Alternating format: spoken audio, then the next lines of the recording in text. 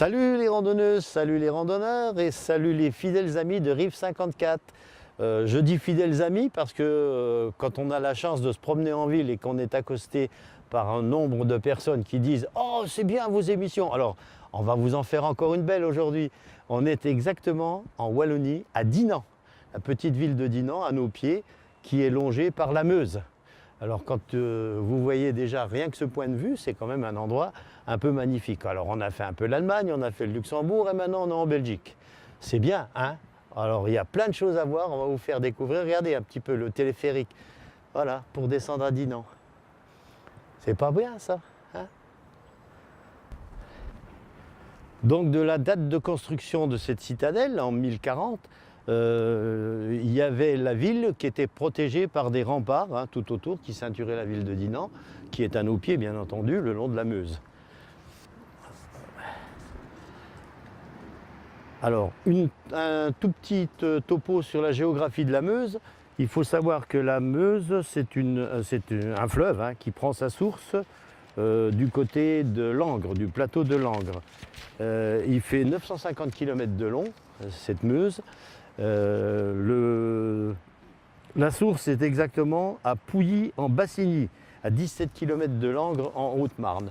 Et puis tout doucement, elle descend. Alors la plus grosse partie de la Meuse se passe en France avec une distance de 492 km en France, 194 km en Belgique et 239 km aux Pays-Bas. Elle se jette dans la mer du Nord, en dessous, au sud de Rotterdam. Voilà. Donc, et ici, elle est déjà quand même pas mal large. Nous, on la connaît du côté de Verdun, la Meuse, mais bon, ici, et puis alors, elle serpente dans toute cette vallée, là, c'est absolument magnifique hein, dans ce coin-là. Hein, peut-être qu'on reviendra un jour quand même, hein, on ne sait pas, on verra bien. Alors, on voit tout de suite que cette citadelle de Dinan, c'était une citadelle militaire, bien entendu, un point de défense de la ville de Dinan qui est en dessous, en contrebas. Bien sûr, sur les hauteurs, il y avait plus de facilité pour tirer sur l'ennemi qui voulait prendre Dinan. D'ailleurs, un peu plus loin, on ira voir, il y a un cimetière où il y a quand même 1100 soldats français qui sont enterrés. Et on vous donnera l'explication, quand on sera au niveau du cimetière, pourquoi les Français sont venus se battre à Dinan. Alors là, on pénètre donc dans les bâtiments pour l'entretien et le logement d'une garnison d'environ 400 soldats. Ici, c'est un exemple, alors avec un sanglier bien sûr représentatif des Ardennes, sanglier des Ardennes, on n'est pas loin. Bon, c'est quand même bien fait, hein, c'est joli. Mais s'ils mangeaient que du sanglier tous les jours, ils ont dû attraper de la goutte, hein, les soldats. Hein. Alors, dans tout cet ensemble de la citadelle, on est bien, je vous ai dit à l'entrée, qu'on est dans les parties depuis 1820. C'est-à-dire en 1820, voilà comment était le casernement des 400 soldats de la garnison qui occupaient la citadelle. Les couchages, des petites tables pour boire un coup, et ça, je suis sûr que c'est du pinard qu'il y a dedans. En 1692, le siège de Namur se prolonge à cause d'un printemps très pluvieux. Louis XIV tient à assister à la prise de la ville et installe sa cour à Dinan française depuis 1675. Donc Dinan était française. Madame de Maintenon, son épouse secrète, le rejoint et sillonne la région à l'aide de ce carrosse. Vous voyez, ça c'est le carrosse de Madame de Maintenon. Un beau carrosse, hein. Mais lui, il ne s'est pas fait couper les cheveux, hein. Pas bien. On est actuellement dans la salle d'armes. Alors ici sont conservées toutes les armes depuis le Moyen-Âge jusqu'à la guerre 40-45. On trouvera des fusils de rempart utilisés pour la défense de la citadelle à travers les meurtrières. Voilà. Alors vous avez des fusils, vous avez des sabres, vous avez des armes. Franchement, un très très bon point pour la citadelle, c'est un entretien et une disposition absolument magnifique. Très très joli. Alors on est devant des pièces un petit historiques, hein, ce sont les fusils de rempart, des fusils à silex. Alors quand vous voyez toutes ces armes qui étaient disposées sur les remparts pour tirer sur l'ennemi qui voulait prendre la ville de Dinan. Romain, je me suis fait attaquer. Ouh là là, on est dans les tranchées. Alors ça c'est le dispositif qui existait pendant la guerre 14-18. Hein, y a des sacs de protection, hein, des sacs de sable. Bonjour monsieur, est-ce que vous pourriez dire qu'ils arrêtent de me tirer dessus parce que je vais mourir moi ici hein.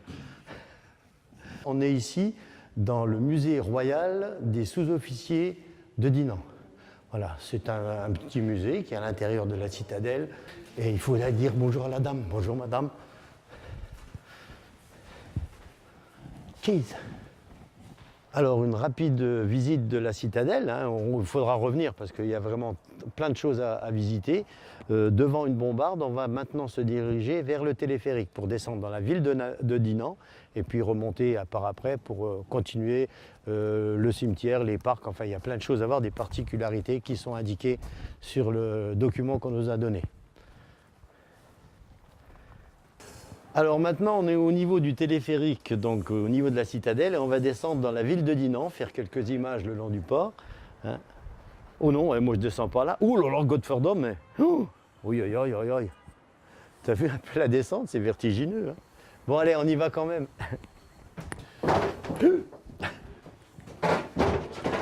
Voilà, oh, ben, ça va plus vite qu'à pied, hein. Parce que dis donc, s'il avait fallu descendre tous les... Tu les vois les escaliers? Ils sont là, regarde, tout à l'heure on était là. Tu as tous les escaliers de l'autre côté là. Ben, s'il fallait descendre tout ça... hein. Alors je pense que c'est ce qu'ils appellent les escaliers, les 408 marches, qui montent de la ville de Dinan jusqu'à la citadelle. Alors vous voyez où on est descendu à travers toutes les broussailles là. On est un peu piqué par les ronces, mais c'est bon, hein, vous voyez un peu. Alors on traverse le pont Charles de Gaulle. On est au pied de la citadelle que l'on vient de visiter et devant nous c'est la cathédrale gothique Notre-Dame de Dinan. Hein, elle est absolument juste au pied des remparts de la citadelle. Hein. On ne peut pas mieux que ça. Oh, et Romain, il y a des bateaux, tu sais conduire? Ça serait bien d'aller dans les bateaux là. Hein? Oh non, tu vas nous foutre à l'eau, arrête. La caméra serait mouillée, ça serait pas bien. Une ville merveilleuse, hein, vraiment très très beau. Quelques vues magnifiques sur la cathédrale Notre-Dame de Dinan, avec bien sûr les vitraux.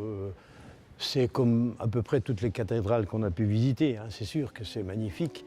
Mais voilà, alors il y a Saint-Hubert et Saint-Lambert qui sont juste là à côté.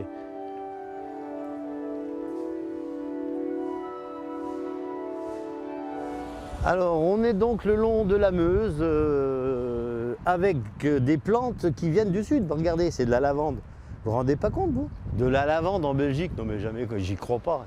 Et pourtant c'est de la lavande. Alors regardez quand même ces panoramas magnifiques de la ville de Dinan. Elle s'étend de l'autre côté du pont Charles de Gaulle, un petit peu plus loin par là, mais elle est vraiment située au bord de la Meuse. Hein. C'est vraiment quelque chose de bien. Alors il y a encore un mémorial de l'autre côté, le mémorial du 23 août 1914. Ça doit représenter certainement, toujours pareil, hein, l'attaque des Allemands sur les villes belges, puisqu'ils sont arrivés par la Belgique, les Allemands.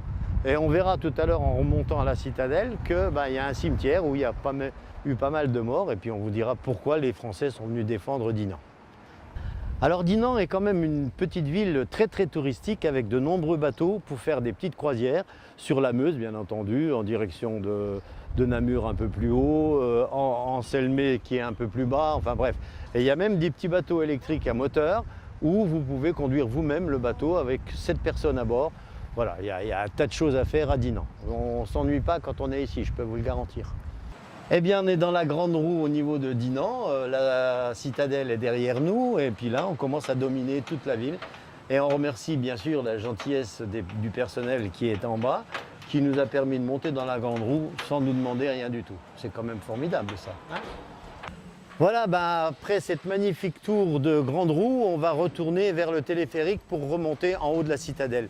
En remontant vers la citadelle, on découvre la place Lion et le monument Le Triomphe de la Lumière. C'est Pierre-Joseph Lion, portraitiste dinantais de 1729 à 1809, maître de la technique du pastel, qui fut peintre de Marie-Thérèse à la cour de Vienne, où il était très apprécié. Le monument est une allégorie conçue par Antoine Wiertz en 1862, le génie de la civilisation triomphant de l'erreur. Du moment qu'ils disent, hein, Romain, moi je veux bien. Hein. Mais bon, c'est calmos ça ici, c'est bien. Hein. Regarde un peu ces maisons typiques derrière toi, là, c'est incroyable.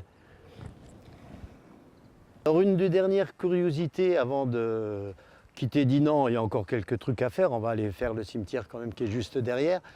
C'est un bombardier à réaction, équipé avec 2 moteurs à réaction, d'Air20 type 5, ça on s'en fout, un siège éjectoire, une vitesse de 965 km/h. Alors c'est le Gloster Meteor. C'est un chasseur bombardier. Impressionnant quand même. Hein. Alors on est ici devant la stèle du soldat Boucher qui a conquis le drapeau allemand qui flottait sur la forteresse depuis le 13 août 1914. C'est grâce à lui qu'il a reconquis ce fameux drapeau qui flottait en haut de la forteresse. La citadelle de Dinan. Voilà. Bon, alors il y a quand même dans ce petit cimetière, ce sont tous des soldats français. Il y a 1200 soldats français qui sont enterrés ici. Alors pourquoi des soldats français? Ben, simplement parce qu'on est à 23 km de la frontière française. Et puis les soldats français sont venus donner un coup de main aux soldats belges de façon à repousser l'ennemi, donc qui envahissaient à l'époque la Belgique d'abord, et puis ensuite ils sont venus jusqu'en France. Avec toute l'histoire de Verdun que l'on connaît sur le bout des doigts, parce qu'on l'a beaucoup fait, on a beaucoup visité. Voilà. Un dernier hommage aux soldats belges et aux soldats français de l'autre côté qui ont combattu ici sur la citadelle de Dinan pour essayer de repousser le fameux ennemi envahisseur. Et nous, on va envahir la voiture pour repartir un petit peu en Lorraine. Hein, ça sera bien. Salut les randonneuses, salut les randonneurs et salut les fidèles amis de Rive 54. Surtout, n'oubliez pas les émissions. Et en ce moment, juillet-août, on est diffusé sur le canal de Mirabel TV, le canal 33. Alors ceux qui veulent nous voir un petit peu, vous regardez, pendant le mois de juillet et mois d'août, on est diffusé. À bientôt!